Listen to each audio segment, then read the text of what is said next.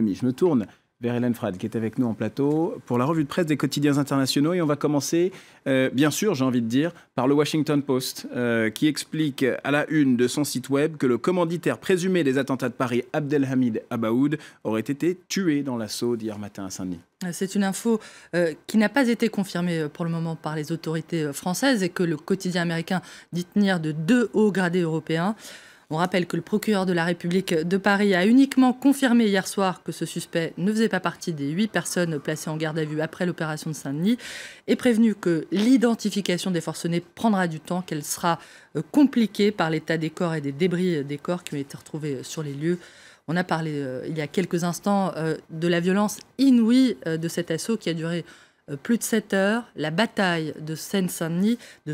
fait la une ce matin du Independent qui rapporte que le raid d'hier a été décidé en raison d'attaques imminentes sur l'aéroport Roissy-Charles de Gaulle et le centre commercial du quartier d'affaires de la Défense, ce qui n'a pas non plus été confirmé pour le moment par les autorités françaises, tout comme elles n'ont pas confirmé non plus l'identité de la jeune femme qui se trouvait dans cet appartement, présentée par le quotidien britannique comme étant Asna Aïd Boulassen, une cousine germaine d'Abdelhamid Abaoud.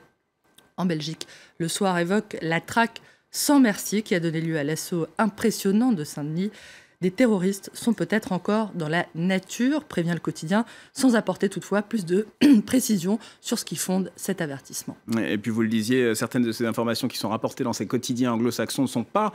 confirmées par le procureur de Paris qui disait hier, effectivement, un attentat était peut-être imminent, mais on ne peut pas détailler la cible. Alors la presse internationale s'interroge toujours sur le rôle exact de la cible de cette opération, Abdelhamid Abaoud. Oui, d'après The Daily Beast, les services de renseignement se demandent s'il peut réellement être considéré comme le cerveau, entre guillemets, des attaques de vendredi. Et ils s'interrogent toujours sur le rôle exact de cet homme au sein du groupe État islamique. Ce qui ne ferait pas de doute, selon le site américain, c'est qu'Abaoud était peut-être un peu plus qu'un simple intermédiaire. Citant l'analyse de notre spécialiste Wassim Nasr, The Daily Beast évoque un commandant opérationnel plutôt qu'un planificateur. Et c'est d'ailleurs l'hypothèse également des services de renseignement américains.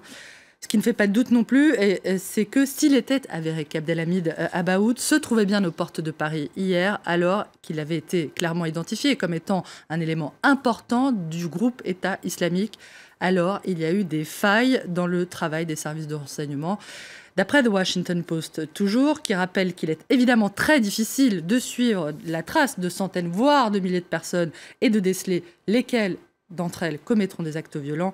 les services de renseignement belges auraient été pénalisés dans leur travail, à la fois par le manque de personnel, le manque d'agents arabophones, par la législation actuelle en matière d'armes à feu, et par l'enchevêtrement, ou plutôt l'empilement des couches d'autorité au niveau gouvernemental. Vous parliez à l'instant d'une éventuelle cousine germaine d'Abdelhamid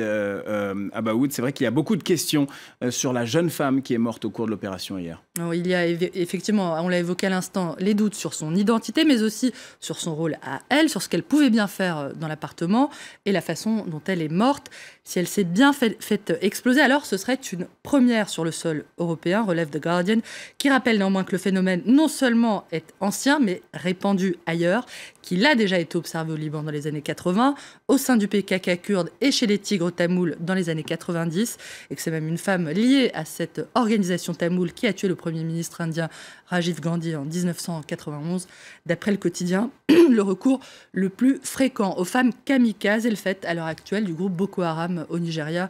qui a recours, on le sait, à des femmes parfois très jeunes. Certaines sont des enfants. Un choix qui serait à la fois tactique, dans la mesure où les femmes passent plus souvent, plus facilement sous le radar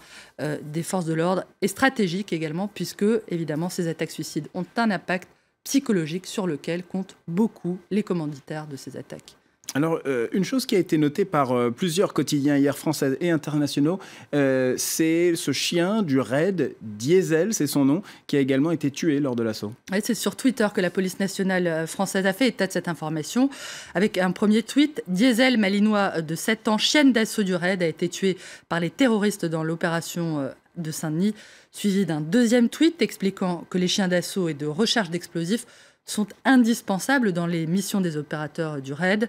Une nouvelle, on le voit, qui a ému beaucoup d'internautes, dont certains se sont rassemblés sous le hashtag « Je suis chien », faisant preuve parfois d'humour pour tenter évidemment d'alléger un peu le climat, comme cet internaute donc, qui a posté une photo de son petit animal domestique avec ce hashtag « Je suis diesel ». Hélène Frade avec la revue de presse des quotidiens internationaux. Merci beaucoup.